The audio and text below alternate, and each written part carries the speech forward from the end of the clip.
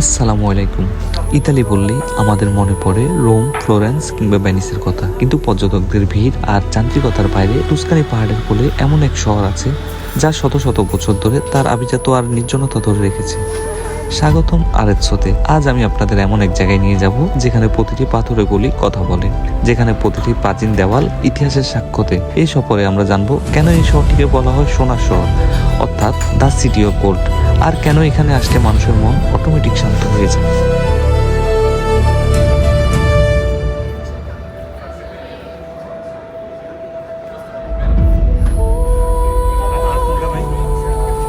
আরেৎসো এর ইতিহাস শুনলে আপনি চমকে যাবেন।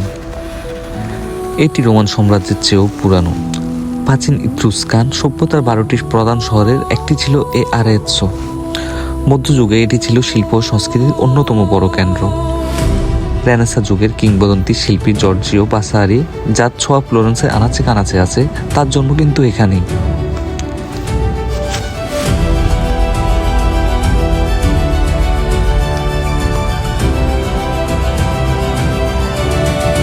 এমনকি অমর কবি পেত্রার্ক, যার কবিতার আধুনিক সাহিত্য সমৃদ্ধ হয়েছে, তিনিও এই মাটির সন্তান। আপনি যখন এই গলিগুলো দিয়ে হাঁটবেন, মনে হবে আপনি কোনো ইতিহাসের বইয়ের পাতা উল্টাচ্ছেন।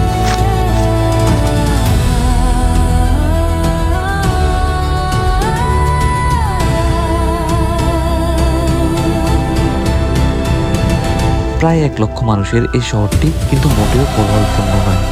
এখানকার মানুষজন তাদের ঐতিহ্য নিয়ে খুব গর্বিত। ইতালির অন্য শহরের মতো এখানে সবাই তাড়াহুড়ো করে না। এখানকার জীবনাদর্শন হলো লা দোলচে ভিটা, অর্থাৎ সুন্দর জীবন। এখানকার মানুষ বিকেলে কাজ শেষ করে কোনো ক্যাফেতে বসে আড্ডা দেয় বা কোনো পার্কে গিয়ে সূর্যাস্ত দেখে। এই শহর জীবনযাত্রায় পর্যটকদের সবচেয়ে বেশি টানে।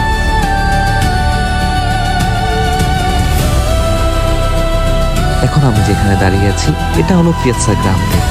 যারা Oscar Joyee movie life is beautiful বা লা ভিটা এ বেল্লা দেখেছেন, তাদের কাছে এই চত্বরটি খুবই চেনা মনে হবে। এই স্কয়ারে রবার্ট বেনিনি সেই বিখ্যাত সাইকেল চালানোর দৃশ্য ধারণ করা হয়েছিল।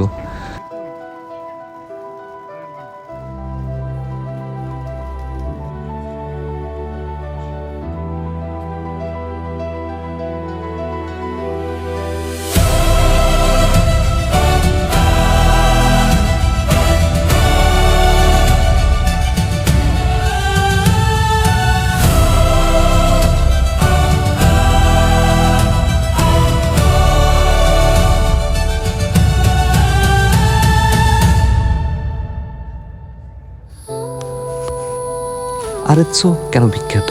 এর উত্তরে লুকিয়ে আছে এর একটি ডাক নামে, সিটি অফ গোল্ড বা সোনার শহর। পুরো ইউরোপের স্বর্ণ শিল্পের কেন্দ্রবিন্দু হলো এই শহরটি। তবে শুধু সোনা নয়, আরেৎসো বিখ্যাত তার স্থানীয় খাবারের জন্যও।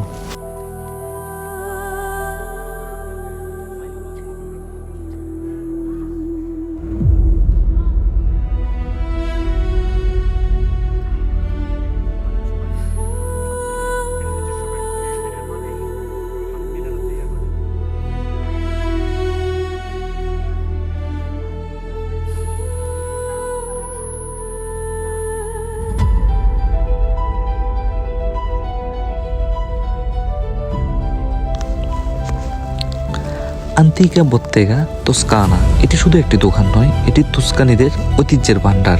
এখানে আপনি পাবেন খাঁটি ট্রাফল, হাতে বানানো পাস্তা আর এমন সব লোকাল ওয়াইন যা আপনি অন্য কোথাও পাবেন না।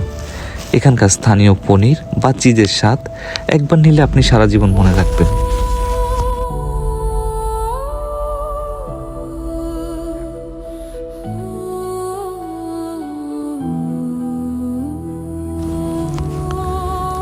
এই চত্বরটি কিছুটা ঢালু, যা একে অনন্য করে তুলেছে।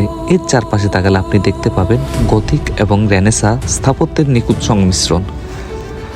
প্রতি মাসের প্রথম রবিবার এখানে ইতালির সবথেকে বড় অ্যান্টিক মার্কেট বসে। হাজার হাজার মানুষ তখন ভিড় করে পুরনো গড়ি, আসবাবপত্র এবং ইতিহাসের টুকরো সংগ্রহ করতে।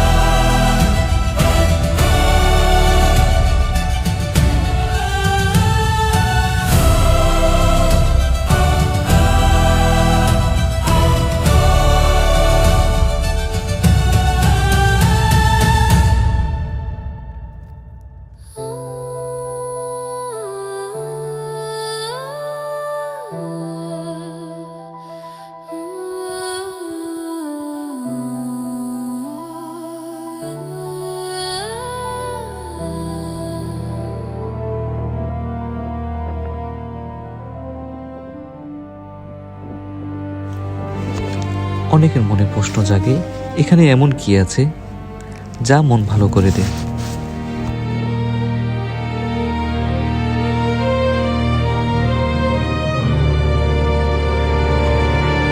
এর প্রধান কারণ হচ্ছে তিনটি: ভিজুয়াল হারমোনি, অর্থাৎ একদিকের আকাশ ছোঁয়া ক্যাথেড্রাল আর অন্য পাশের মাইলের পর মাইল বিস্তৃত সবুজ পাহাড়। এই যে স্থাপত্য আর প্রকৃতির মিলন, এটি আমাদের চোখের জন্য এক পরম শান্তি। দ্বিতীয়ত, নীরবতার শক্তি। এখানে কোনো গাড়ির হর্ন নেই, কোনো যান্ত্রিক শব্দ নেই, আছে শুধু বাতাসের শব্দ আর পাখির ডাক। এই নীরবতা আমাদের মস্তিষ্কের স্ট্রেস কমিয়ে দেয়। তৃতীয়ত, বিশালতা।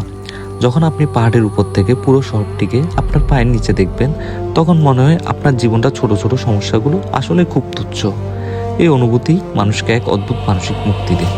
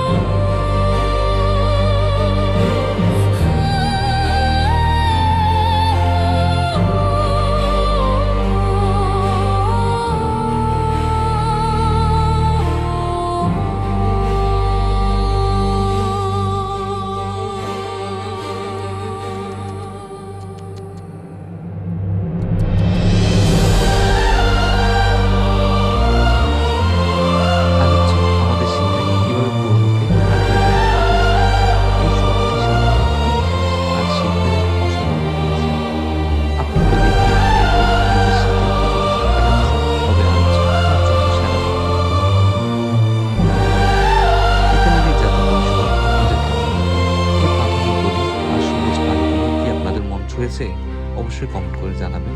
ভিডিওটি ভালো লাগলে একটি লাইক দিন আর আপনাদের বন্ধুদের সাথে শেয়ার করুন। আর যদি এমন আরও অনেক না দেখা পৃথিবীর গল্প শুনতে চান, তবে আমার চ্যানেলটি সাবস্ক্রাইব করে পাশে থাকুন। আপনাদের প্রতিটি সাবস্ক্রিপশন আমাকে নতুন নতুন জায়গায় যাওয়ার অনুপ্রেরণা দেয়।